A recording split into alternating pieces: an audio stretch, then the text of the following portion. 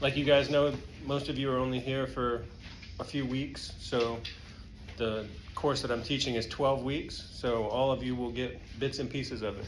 So to start, I want to try and at least get us all on the same page. We'll make a little progress this week, and then next week we'll work on it some more. So this is where we stopped last week, departure, initiation, and return. We were talking about, what were we talking about when we finished off last week? Who took notes? Steven's got some. Automatic thoughts and thinking errors to positive reframing, where we left off. Making associations with what you call the archetypes for each, or hero's journey, I guess you'd call it, from departure, initiation, return, how that translates into trauma, addictive thinking, or addict thinking, active addiction, and sobriety recovery, and then a daily life call venture refusal. So all these are intertwined into what we are. Great synopsis, right? Cool, yeah, thanks, Steven. The basics. Yeah. Anybody else got anything else they want to add? Okay, so my idea in creating this curriculum is to try to get you guys to be engaged with this process, right? Like recovery and sobriety are already challenging enough. They don't need to be boring as well, right? So I'm looking for interaction from you guys. I'm trying to put some stuff up here that's somewhat evocative so that we start to think about this process in a different way than just stopping drinking or quitting using and getting clean and then trying to get back out into the world. Like there's lots of ways that we can be creative about this process, and I think this process can be super transformational. You could come out of this process a completely different person if you put in the time and the intention and the effort. You don't have to, and not everybody does, but there's lots of ways to make this process valuable, right? It's not just quitting something, it's not just trying to get clean. There's an opportunity here for you to kind of change your life in a big, powerful, transformational way. I think that's pretty cool. Anybody else? Okay, we got 2 or 3. Good. That's all I need. So, we're going to talk about, again, a little bit of the hero's journey. We talked about 12 steps last week that you could overlay with the traditional AA 12 steps and kind of start to meld these ideas together. Yeah, you're good. Quick little thing. Sure. So it seems like everything's 12 steps and 12 weeks and 12 things, so it's just based off of AA. But I mean, kind of, it's the way I was kind of like interpreting, because I just started thinking about it, like, you got IOP that's 12 weeks, you know what I mean? You got OP that's 12 weeks, you got, so I mean, everything's based off AA, I mean, really, because it's like 12 weeks, 12 this, 12 that. Besides your meetings, I mean, I don't know. I mean, I'm just wondering if that's how they're just, is it because like they're looking at it as like you might be stealing something from the 12 step program? Or you said this is 12 weeks. This is a 12-week thing that you're doing. Yeah. I mean, it's just so.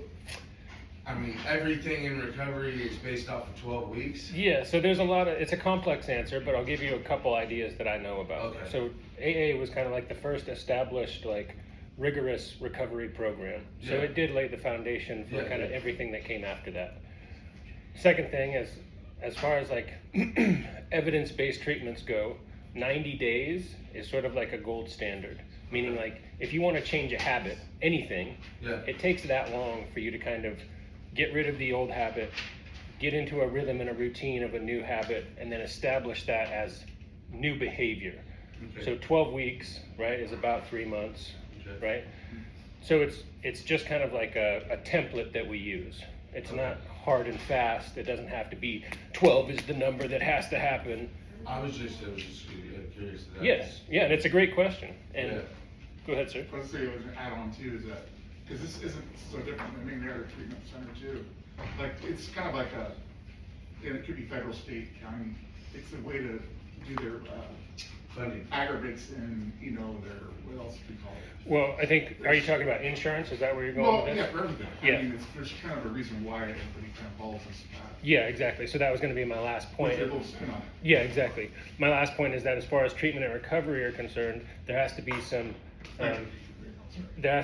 kind of like template for how it gets billed, right? Insurance companies say they'll allot, usually it's about 90 days worth of payment. Does that make sense? So each iteration of treatment, whether that's detox and withdrawal, going through residential into IOP into outpatient, insurance will only cover so much of that.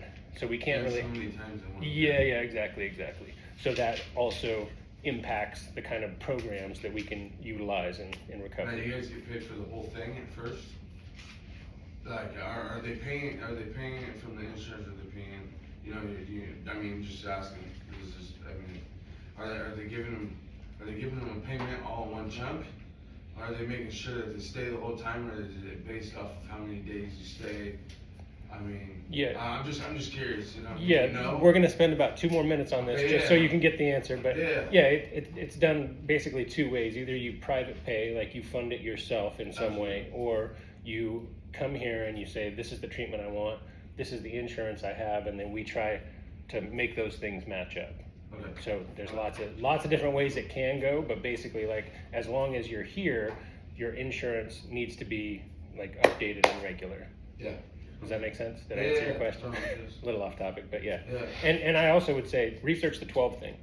I find the 12 thing is happening all the time in the research that I'm doing. Yeah. There's significance for a lot of different stuff. Stephen and I had an interesting conversation about the zodiac last week. There's 12 signs of the zodiac. All right. Why are there 12 months? Like, there's a lot of, like, you could go wooey with it if you wanted to, but you don't have to. Yeah. No, it's just, that's exactly that. Good Well, question. That's it. Yeah. So it's fine. Make sense? All right, so let's move on. So let's jump into this.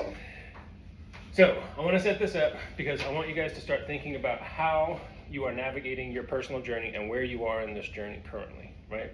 Most of us are past the departure point because you're in treatment, right? You've made the choice to come to treatment. You're kind of already off on this journey. But just to refresh, departure is like how everything begins. So we talked about some pop culture examples, movies you've seen or books that you've seen, right? We talked about sort of some traditional landmarks in life, like you graduate from high school and you go off to college, right? You move out of your parents' house. You decide to join the military. You get your first job. All of those things kind of fall into departure, right? When we phrase it, or when we frame it in terms of like the addiction journey or the journey to sobriety, this is kind of like where all the whatever bad shit happened to you happened. So maybe for some of us that was as far back as being kids. Maybe it was something like you lost a loved one, or you got fired from a job, or you had to move somewhere, something that caused a little bit of trauma that you weren't able to heal from. That kind of initiated whatever turned into addiction for you. Does that make sense? Okay. Initiation, this is like the middle of the journey. For me, this is like where most of us are right now. You're kind of like slogging through the bullshit again, okay? This is when we kind of start to wrap our heads around trying to be different people, where we start to confront and accept change. Most of you here at this point are at least not using actively anymore, so that's a big significant change towards sobriety, right? You kind of have to accept that. If you don't accept that, getting through recovery is going to be a much bigger challenge, okay? This is where we start to develop perseverance. Again, last week we talked about a whole bunch of different words that you could use for perseverance. Could be resilience, could be grit, could be endurance. All of those things are like you figuring out kind of the core of yourself. And in the next couple weeks, we're going to talk about values and goals, how you guys start to approach life with a sober mind, and what does that mean? How do you interact in your relationships? What kind of work do you want to do? How do you navigate the process of treatment and recovery in a way that's beneficial for you, but also hopefully beneficial for the people around you? Okay, and then return. So this is kind of talking about when you come back from the journey. So phrasing it in terms of where you guys are right now, it's like, once you finish this program, what's next for you? You're going to be a different person after you finish residential. You might not be all the way to the person that you want to be, but you're already in the process of change, right? So moving forward, we also talked about maturity when we talked about moving forward. So getting your physical self together, right? Being physically healthy, getting your psychological self together, meeting with your counselor and starting to get your mind back on track with how to be a functioning individual out in society, right? A lot of you guys mentioned inspiration in relationships. A big part of the return is like you got to start figuring out how to get better people to surround yourself with, right? A lot of us in our active addiction stayed in our active addiction probably at least in part because of the people that we were hanging out with, right? So you have to get your own mind kind of wrapped around the idea that once you get into sobriety, you can't hang out with the same people, you can't hang out in the same places. So all of that stuff has to shift, right? And this is very proactive. So in departure or in our active addiction, we're kind of reacting to the circumstances around us. By the time we get to the return, hopefully we have some idea of who we are as an individual, and instead of worrying so much about the external circumstances, the things that are happening to us, we can just kind of figure out how we're going to make our way in the world despite those circumstances. This make sense? Any questions on this before I add to it? Okay. So I'm just going to put up a few more words in each of these kind of categories, and then let's have a brief discussion to see if they resonate, if they make sense to you, or if there's other ideas you guys want to add. How's that Starbucks? It's good. It's tempting? Sorry, I'll put it out of No, you're put good. it out of sight. I don't do Starbucks anyway. Yeah. Okay, so in this first one, some of the things that we have to deal with are powerlessness.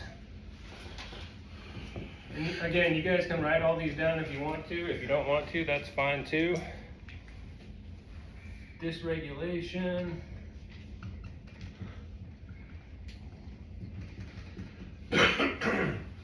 Evaluation.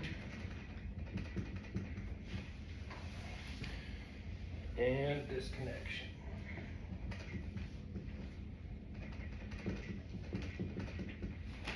Okay, so powerlessness, dysregulation, devaluation, and disconnection. Give me some feedback on those 4 words that I just added. What do they elicit for you? Do they make you feel anything? Do you have experience? Vulnerability. Vulnerability. Say more. Vulnerability to, or I guess you could say, your willingness to accept change or the thought of change, and that whatever you've done before doesn't work. Are you aiming for powerlessness? Yeah, I'm trying to. Okay, yeah, that's cool. Good. So the vulnerability to me is like, yeah, I mean, it would be, you have no other choice type of thing. Yeah. I don't know, that's what paralysis to me is like, you just don't, your brain is thinking that you can't stop drinking in my circumstance, and that you've lost control. Yeah. So I guess that'd be the vulnerability to show that you are out of control. Yeah, loss of control is a great way to kind of bring all those together. I like that. Go ahead, Steve. It's just like for me, it evokes like loneliness, like, especially with disconnection, you know, like there's this tie that you have that's severed, and so you're just kind of like floating away from, you know, your family, your friends, your whatever, your,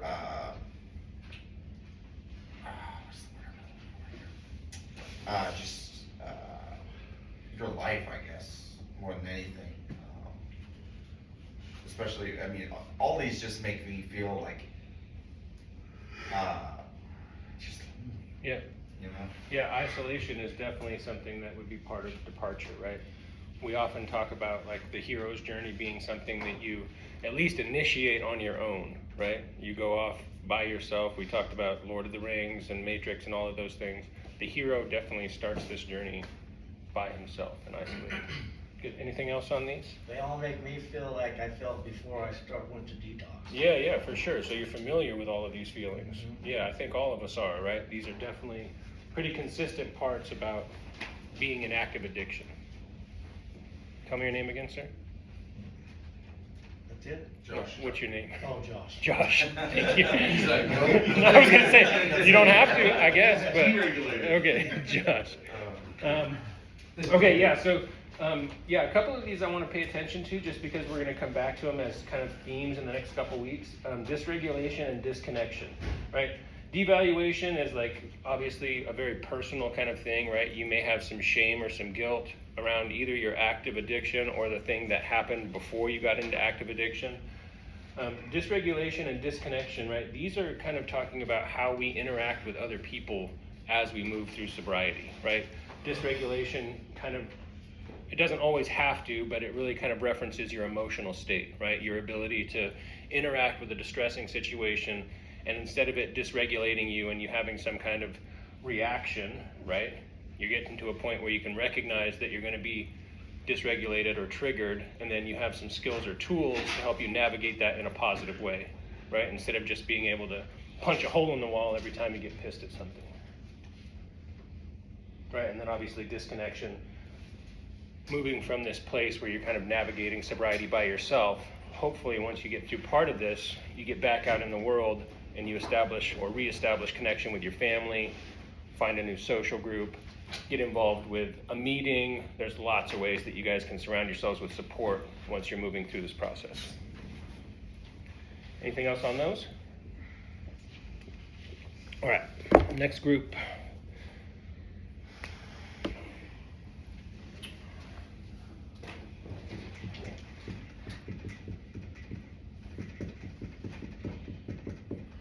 Insecurities. Insecurities? Mm-hmm.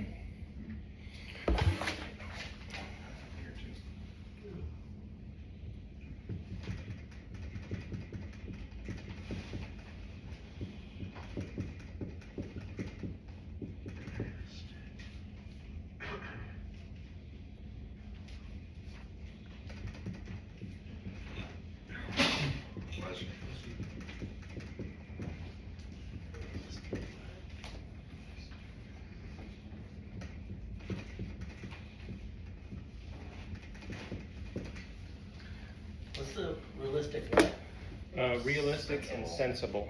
Okay, so we've got letting go of insecurities, we've got realistic and sensible, we've got wisdom to integrate, and we've got love to connect. Before we jump into those, out of these three different topics, what do you guys think is the most challenging one to navigate? What do we? Wisdom to what? Wisdom to integrate.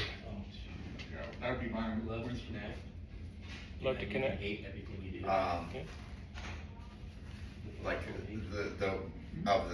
the top three. Right, of departure, initiation, and return, which is the most challenging? Initiation.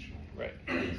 You guys all understand why? That's the work. That's the work, right? This is where we do the process of like unwinding all of the bullshit that you've experienced previously, feeling sort of like unsettled and ungrounded because you're unsure of who you are, but also starting to build toward or create the new person that you're going to be. So letting go of insecurities. How do we let go of insecurities? What's something you guys are insecure about?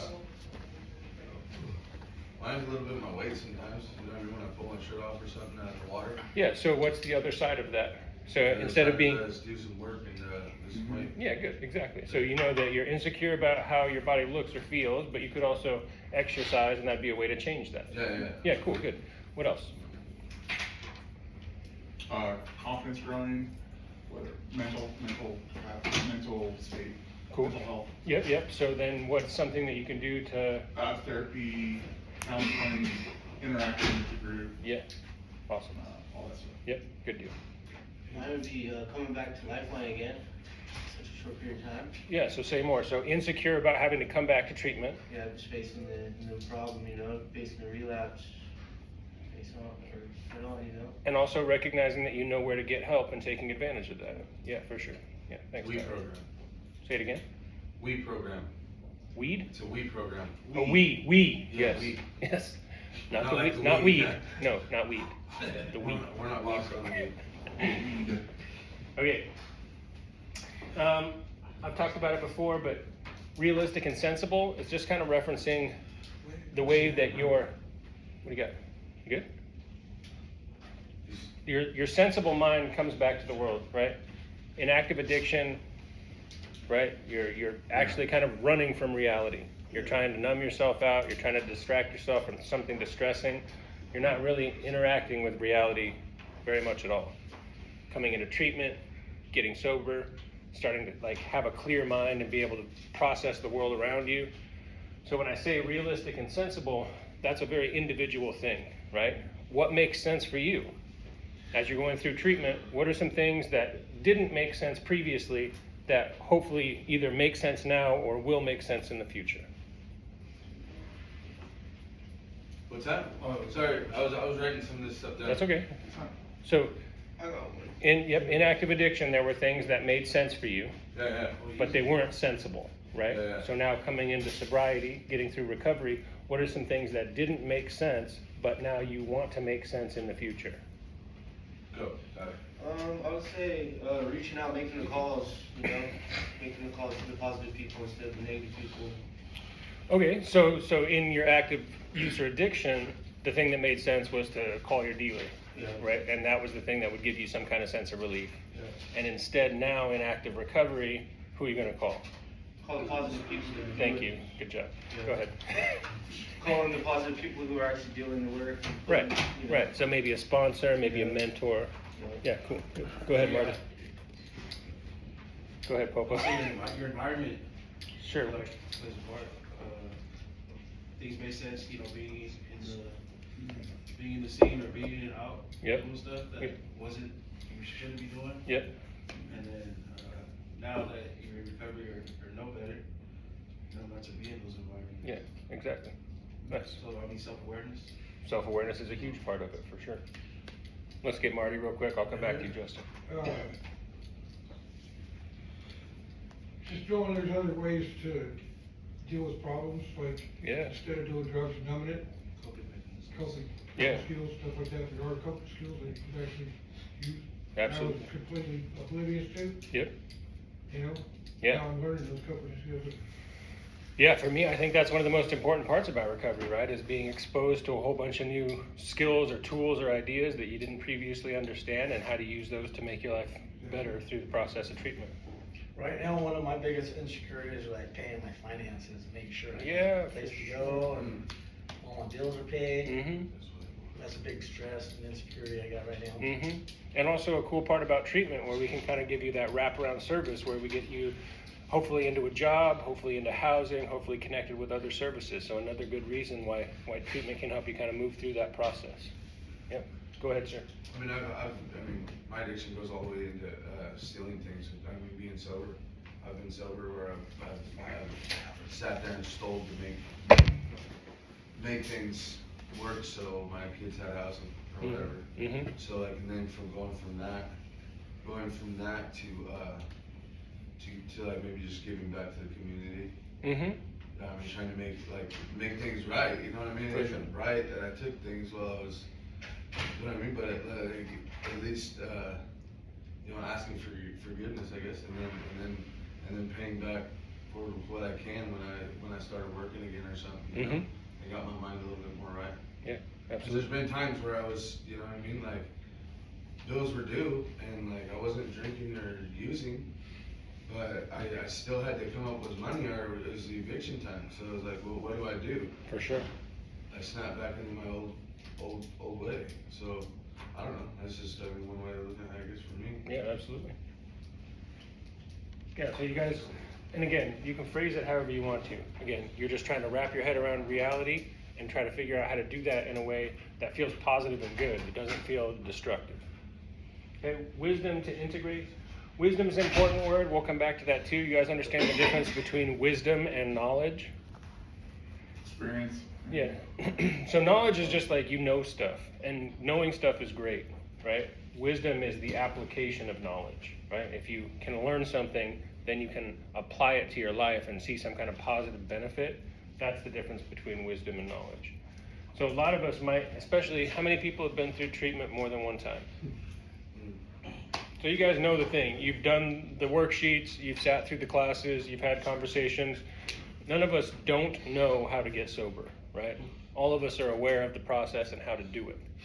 Getting to the point where we actually do apply it and actually see some positive benefit from it, that's kind of the tipping point, right? Being able to apply the stuff that you learn so your life is better afterwards. Okay, and then finally, love to connect. So this can obviously be love for people around you, but like some other people have mentioned, this is also like discovering how to love and take care of yourself, right? we often talk about addiction as like a really effective coping mechanism, and to some degree it is, but it's also pretty destructive, right? Whether that's physically, spiritually, emotionally, there's some negative cost to your addiction that impacts only you, right? So this love is about establishing like what it feels like to take good care of yourself so that you can then, right, share that with other people. So you can use that kind of self-love to initiate more positive relationships. Make sense? Any questions or anything you guys want to add on that? Okay, last one real quick. And these should be pretty simple because they're basically just the opposite of these. We've got safety, regulation,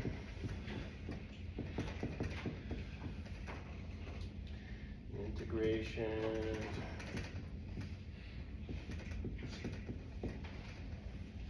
and moving beyond.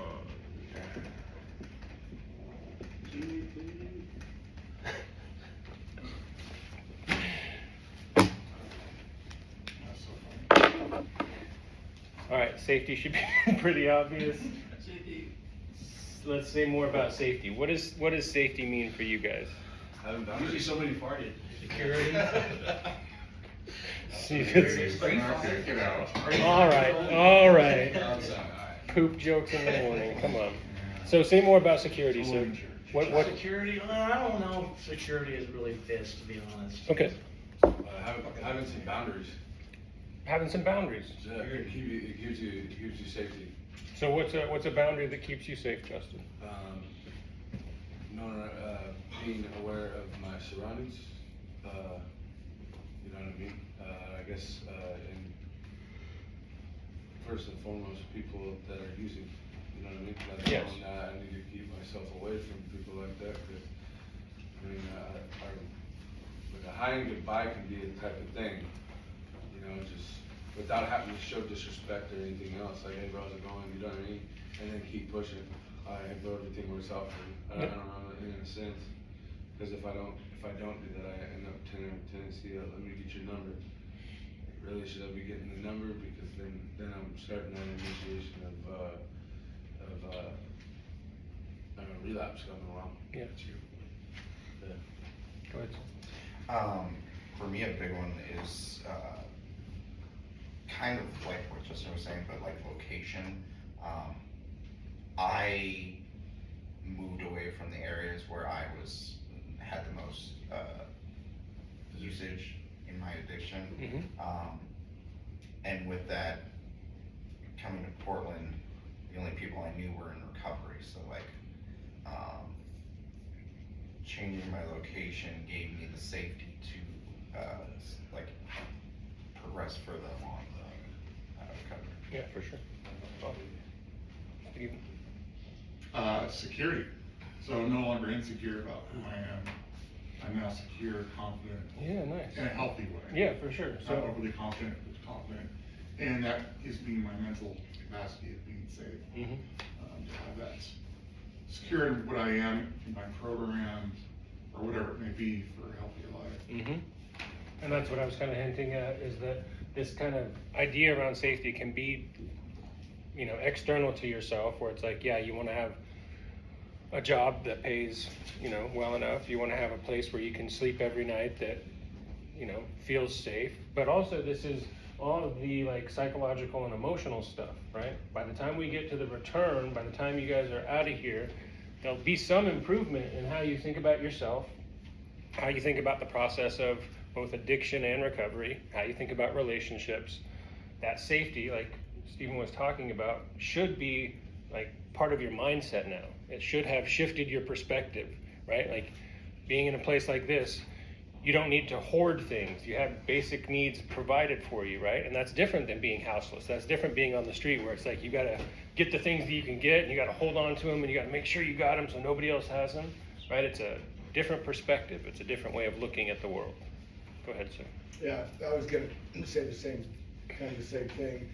For me, it would be kind of situational, whether it's my recovery, is this situation good for me, Mm-hmm. emotionally, even with people, you know, is this interaction gonna be turned up, or, you know, how's this gonna affect my well-being? Mm-hmm, absolutely.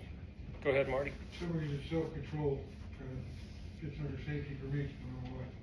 You said self-control? Yeah, is there something specific that you're thinking about? Oh, just really being honest with myself and saying I really don't want to do drugs, so it's kind of a safe spot. There you go. Nice. Okay. Cool. Anything else on safety? Everybody said everything else. Yeah, good, yeah. And again, like, we often have these conversations, and just because 2 or 3 guys talk, it echoes for all of us, right? Some of us have some experience with all of these things, so, yeah. Cool. I think safety also just brings you peace, you know, as Yeah. far as that, you know,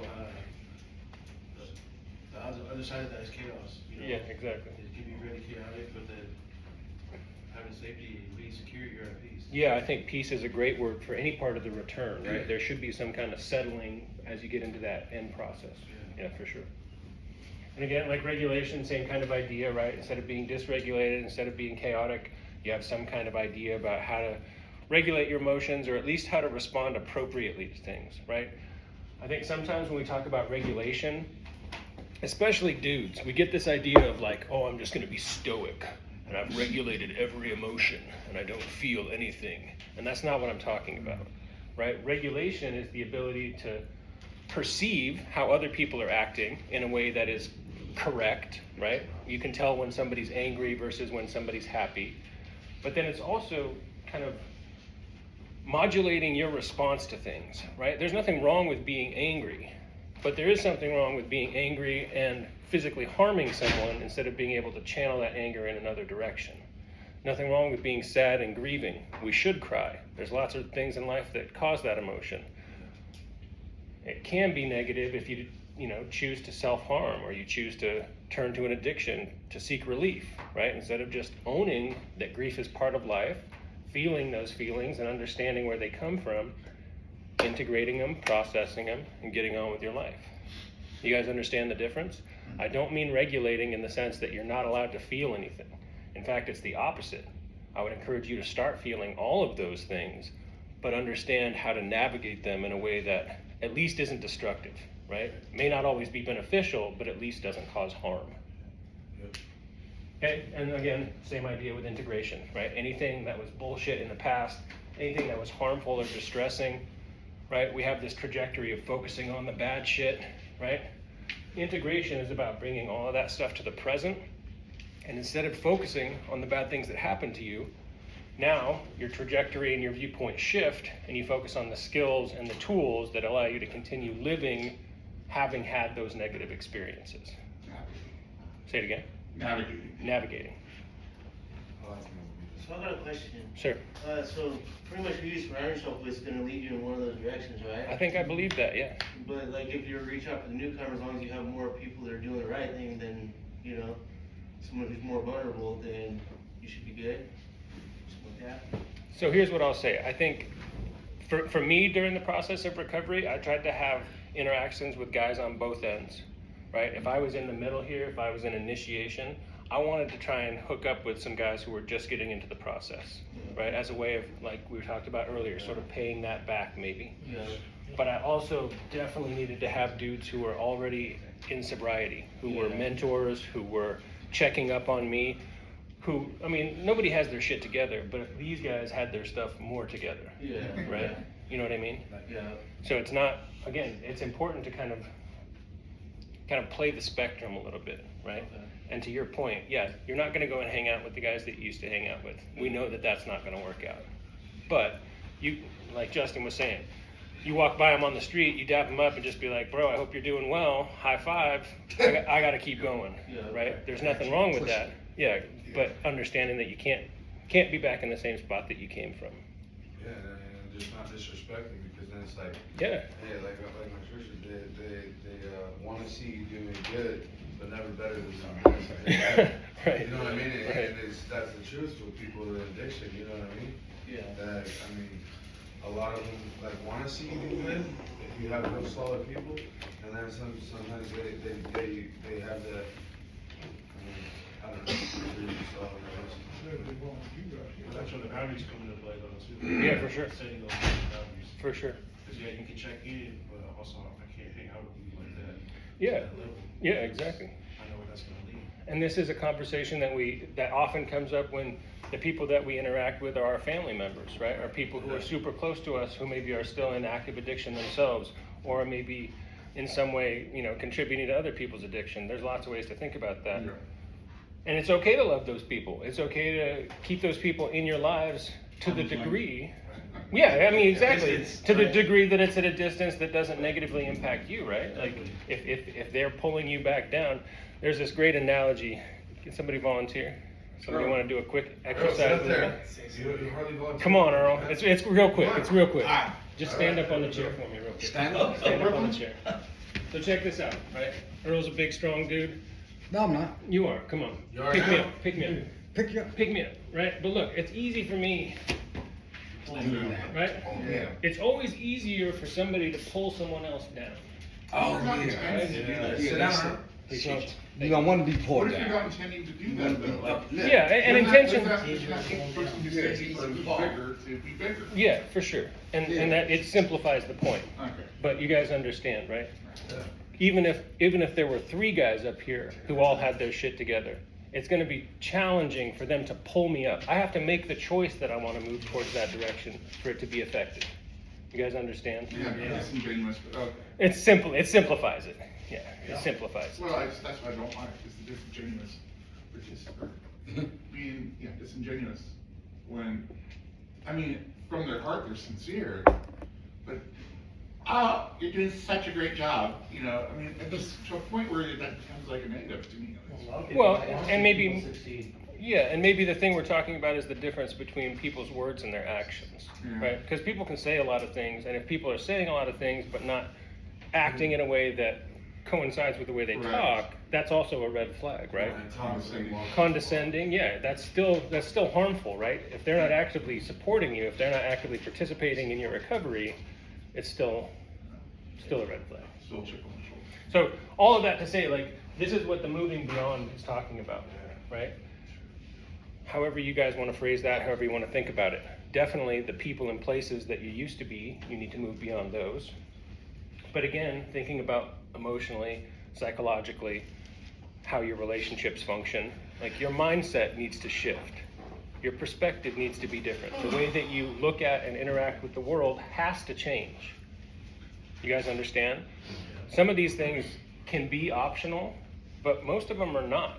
If you want to be successful in recovery, if you really want to get into sobriety, if you really want to actually affect transformational change, a lot of these are requirements.